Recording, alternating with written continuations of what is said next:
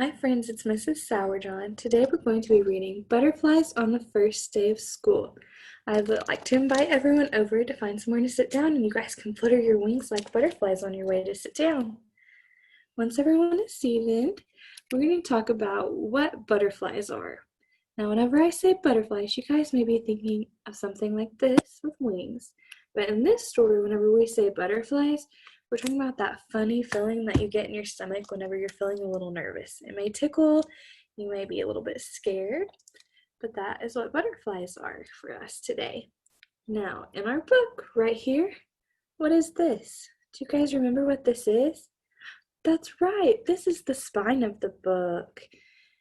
And our book today is by Annie Silvestro. She's the author. That's who writes all the words in our book. And the person who drew the pictures, the illustrator, is Dream Chin. Now, let's begin.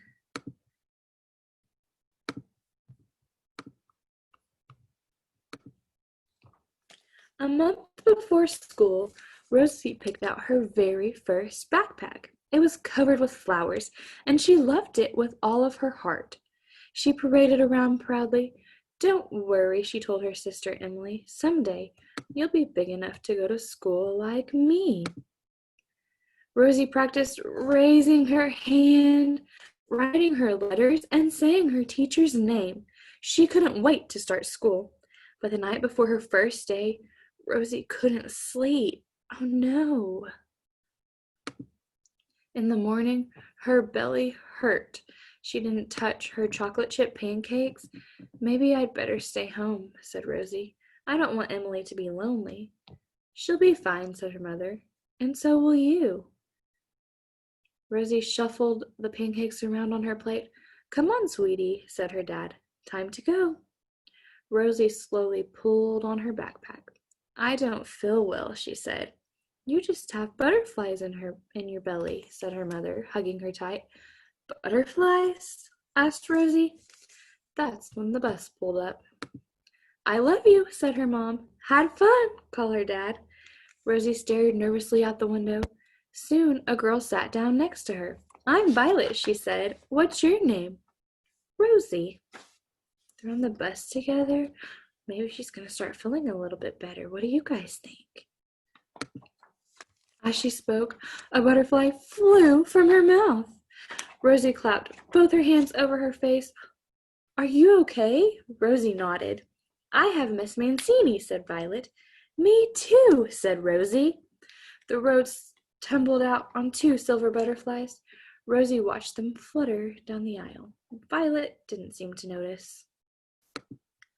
"Welcome," said Miss Mancini as the girls entered the classroom. "Hang up your backpacks, then meet me on the rainbow rug." Everyone fidgeted in a circle. "Let's get to know each other," said Miss Mancini. "I'll go first. I have a golden retriever named Barney. I love chocolate cake, and I'm terrified of spiders." Are you guys afraid of spiders? Violet went next. "I'm allergic to dogs," she said, "and sometimes to my brother Alex." "This summer, I rode a train for the first time," said Jay. "I want to be an astronaut when I grow up," said Allison. The butterflies built up as Rosie waited for her turn.